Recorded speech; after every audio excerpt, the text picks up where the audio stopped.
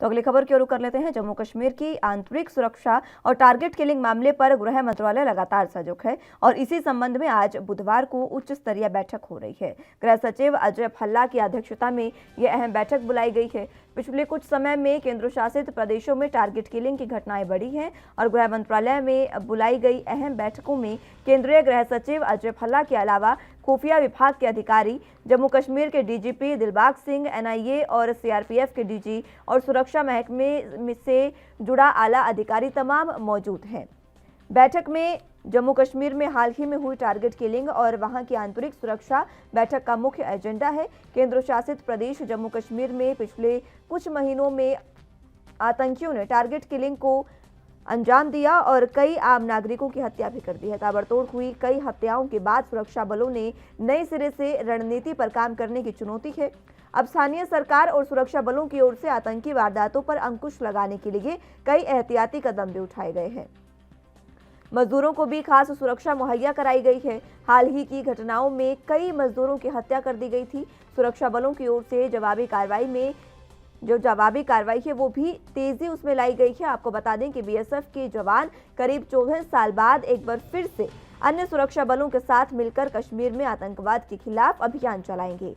पिछले चरण में बीएसएफ की करीब 2 दर्जन कंपनियों को कश्मीर में तैनात किया जा रहा है और हर कंपनी में सामान्य तौर पर 90 से 100 अधिकारी और जवान होते हैं। पिछले 1 महीने में घाटी में अर्धसैनिक बलों की लगभग 55 कंपनियां तैनात की जा चुकी हैं। माना जा रहा है कि कश्मीर में हाल में आतंकी हिंसा और अफगानिस्तान से आए आतंकियों की घुसपैठ की आशंका को रोकने के लिए यह बड़ा कदम उठाया गया है।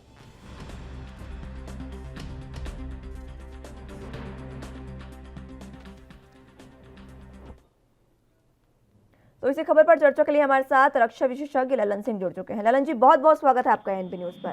धन्यवाद मैडम। लगातार जिस तरीके से टारगेट किलिंग हो रही है और आतंकियों ने जिस तरीके से नई अपनी गतिविधियां चुन ली है और अलग अलग तरीके से आतंकी गतिविधियां हम देख रहे हैं, उसी को लेकर आज गृह मंत्रालय की अहम बैठक हो रही है। इस अहम बैठक में इससे पता चलता है कि गृह मंत्रालय पूरे तरीके से अलर्ट पर है। अब आप इस बैठक को किस तरीके से अहम मान रहे हैं और इस बैठक के बाद किस तरीके की जो कह सकते हैं कि बदलाव देखने को मिल सकते हैं, वो मैं समझना चाहूंगी आपसे।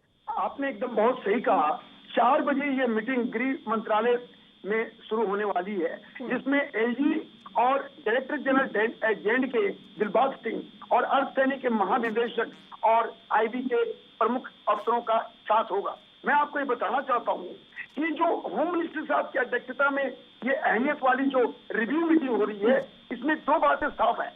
एक तो जो मुल्ला उमर पाक इनसे तालिबानी और हक्कानियों को सपोर्ट के लिए इन्होंने एक तरह से रिक्वेस्ट किया है, उसकी जानकारी हमारे भारत सरकार की खुफिया एजेंसी के द्वारा सरकार को नीड टू नो बेसिस पर भेज दी गई है। और ये दूसरी बात कि ये तरह तरह से अपने एक्शनों को चेंज कर रहे हैं। तो आपने जैसा बताया, बहुत सही बताया, बीएसएफ के पास बहुत बड़ा नेटवर्क है और 16 साल पहले इनकी बहुत अच्छी काबिलियत के साथ इन्होंने एक्शन किया हुआ है। तो फिर से बीएसएफ को अर्धसैनिक बल को कवर करने के लिए जब डिप्यूट कर दिया गया, तो ये मान के चलिए कि ये प्लानिंग सोची समझी है। मैं इसमें बताना चाहता हूँ कि आज की इस मीटिंग में जो हमारी गवर्नमेंट की प्रोजेक्ट और डेवलपमेंट वर्क हो रही है, उसकी हालात और उसकी सिक्योरिटी सिचुएशन और जो लोग उसके साथ काम कर रहे हैं, उनके ऊपर बेहतर ढंग से चौकसी की जाए, जिससे कि जो अंतिम स्टेज में ये आतंकी हैं, जैसे कि आज ही थोड़ी देर पहले सीआरपीएफ के एक दल के ऊपर इन्होंने ग्रेनेड फेंका है, जिसमें 2 जवान और 2 नागरिक भी घायल हुए हैं। तो ये अपने जो एक्शन को चेंज कर रहे हैं, कहीं कॉल सेंटर के द्वारा सिम कार्ड पाकिस्तान का इस्तेमाल करके, इन सभी के ऊपर हमारी पूरी आज नजर है और इसकी चर्चा पूरी तौर पे होगी। मैं आपको बताना चाहता हूँ कि घाटी के अंदर बीएसएफ के आने के बाद प्रीडेटर ड्रोन जो कि बहुत जबरदस्त होगा, 10 फौज को, एयरफोर्स को और नेवी को देने की बात चल रही है।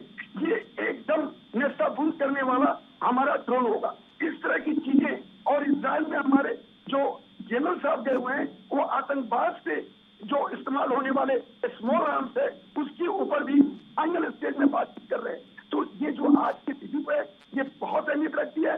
और इसके बाद आप देखेंगे कि एक्शन जो है केवल अंदर में नहीं, पीओके के ऊपर भी जो हलचल चल रहा है और जो उम्मीदें हैं कि मुल्ला अमर से सपोर्ट लेने का उसके ऊपर दबाव बनाया जाएगा।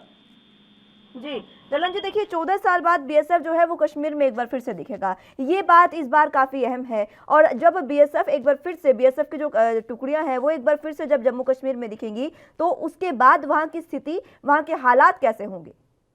एकदम आपने जो कहा है मैं आपको बताना चाहूंगा कि हम लोग वहां पे पूरी घाटी में केवल बीएसएफ का एक्चुअली कवर था और हमें सपोर्ट सेना के द्वारा मिलता था।